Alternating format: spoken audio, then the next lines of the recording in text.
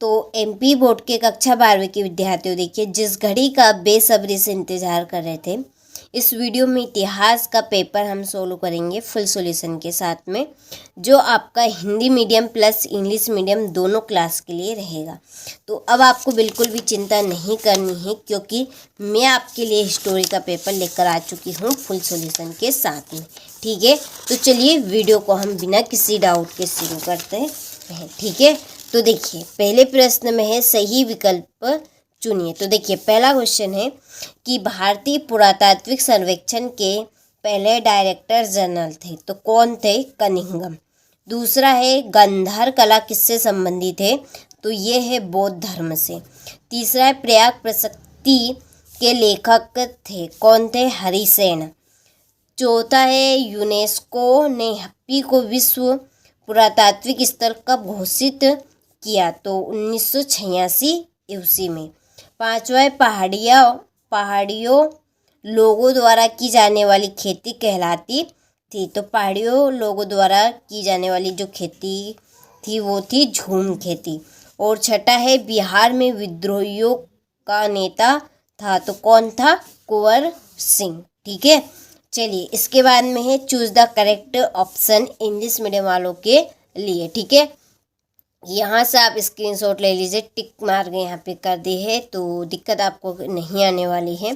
हो गया, चलिए बाकी के दो प्रश्नों का यहाँ से ले। अब बढ़ते हैं दूसरे प्रश्न की ओर, रिक्त स्थानों की पूर्ति कीजिए। तो देखिए पहला है कि हड़प्पा सभ्यता के समय खालिस्तान शहर बंदरगाह था, तो लोथल। दूसरा है घर का मुख्य खालिस्तान होता था पिता। तीसरा है अजंता की गुफाएं खालिस्तान में स्थित है, महाराष्ट्र। और चौथा है सुल्तान जहां बेगम खालिस्तान की शासिका थी, भोपाल। और पांचवा है कृष्णदेवराय खालिस्तान नामक उपनगर की स्थापना की, नागलपुरम। ठीक है, नागलपुरम में। और खान अब्दुल गफ्फार खान को खालिस्तान गांधी कहा जाता है, तो सीमांत को। ठीक है, देखिए यहाँ पे पहले से फिल करके इसलिए रखे ताकि आप सभी का ज़्यादा समय बर्बाद ना हो, हम अच्छे से पढ़ के कंप्लीट कर सके, इसीलिए पहले से ही टिक कर दिए हैं। इसके बाद में है जोड़ी। ठीक है, देखिए पहली है अलेक्जेंडर कनिंघम, इसकी जोड़ी है आपकी भारतीय पुरातात्विक के जनक। दूसरी अष्टाध्यायी, इसकी जोड़ी है पाणिनि। सांची की खोज 1818 ईस्वी, हिंद ए तोता, इसकी जोड़ी है अमीर खुसरो। बुक्का राय, इसकी जोड़ी रहेगी संगम वंश, कानपुर। नाना साहेब प्रारूप समिति के अध्यक्ष, डॉक्टर BR अम्बेडकर। ठीक है, चलिए तो ये आपकी जोड़ी भी कंप्लीट हुई। इसके बाद में ये आपके इंग्लिश मीडियम वालों के लिए। ठीक है, चलिए क्वेश्चन नंबर 4 में एक वाक्य में उत्तर दीजिए। पहला है मौर्य काल में कर निर्धारण का सर्वोच्च अधिकारी कौन होता था? तो समाहर्ता। दूसरा पितृवंशिकता का क्या अर्थ है? तो व्यवस्था। इब्न बतूता को कहाँ का काजी या न्यायाधीश नियुक्त किया गया? दिल्ली का। किसान को आमतौर पर किस नाम से जाना जाता था? रैयत के नाम से। पांचवी रिपोर्ट ब्रिटिश पार्लियामेंट में कब प्रस्तुत की गई? 1813। और भारत में नागरिकों को कितने मूल अधिकार प्राप्त है? 6। और सातवें मंत्रिमंडल किसके प्रति उत्तरदायी होता है? लोकसभा के लिए। ठीक है, चलिए यहाँ से आप स्क्रीनशॉट ले लीजिए। फिर है ये आपका चौथा प्रश्न। ठीक है, हो गया। फिर है क्वेश्चन नंबर 5 में सत्य। तो देखिए पहला है हड़प्पा सभ्यता एक नगरीय सभ्यता थी, तो ये आपका सत्य है। दूसरा है मौर्य वंश का अंतिम शासक अशोक था, तो ये असत्य बात है। तीसरा स्तूप का संस्कृत में अर्थ टीला होता है, तो सत्य बात है। चौथा है विजयनगर पर शासन करने वाला प्रथम वंश सालू वंश था, असत्य।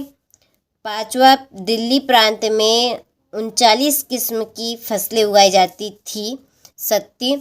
और छठा है गांधी जी ने तृतीय गोलमेज सम्मेलन में भाग लिया, तो ये आपका असत्य है। ठीक है, चलिए स्क्रीनशॉट आप ले लीजिए। इसके बाद में ये ट्रू और फॉल्स इंग्लिश मीडियम वालों के लिए टिक कर दिए हैं, तो अच्छे से कंप्लीट करें।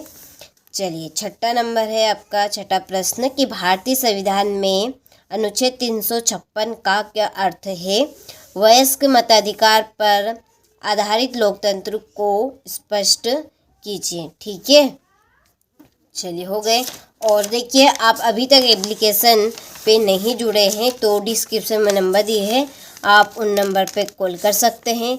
चाहे तो आप चैनल पे जाकर एक लिंक दी गई है, आप उस लिंक से डाउनलोड कर सकते हैं और जुड़ सकते हैं। ठीक है, ये आपका 11वां प्रश्न है, विजयनगर की भौगोलिक स्थिति की विशेषताओं का वर्णन कीजिए। ठीक है, ये आपका 12वां प्रश्न रहा। इसके बाद में है 13वां क्वेश्चन, अंग्रेजों ने मुख्य रूप से बंगाल में किन 2 प्रकार की भू राजस्व व्यवस्थाओं का अनुसरण किया? और 1857 ईस्वी के विद्रोह के 4 महत्वपूर्ण केंद्रों के नाम लिखने हैं। ठीक है, हो गया। 15वां प्रश्न, गांधी जी ने नमक कर कानून कब और कहाँ तोड़ा? ठीक है,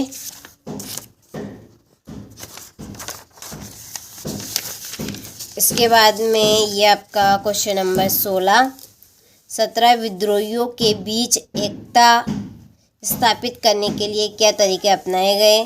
स्मृति ग्रंथों में वर्णित विभिन्न प्रकार के विवाहों का वर्णन कीजिए। भारतीय संस्कृति को बौद्ध धर्म की क्या देन है, स्पष्ट करना है। ठीक है, ये आपका 20वां प्रश्न रहा।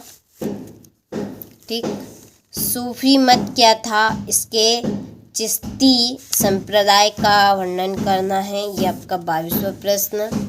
और ये लास्ट क्वेश्चन है आपका 23वां। ठीक है, चलिए तो आपने अच्छे से स्क्रीनशॉट ले लिया होगा। देखिए एक पेपर और रहेगा, बस उस एक पेपर को और आप कर लीजिएगा। प्रॉपर आप 80 नंबर में से 70 से 75 नंबर आराम से कवर कर पाएंगे। ठीक है, तो चलिए आप अच्छे से कंप्लीट कीजिएगा।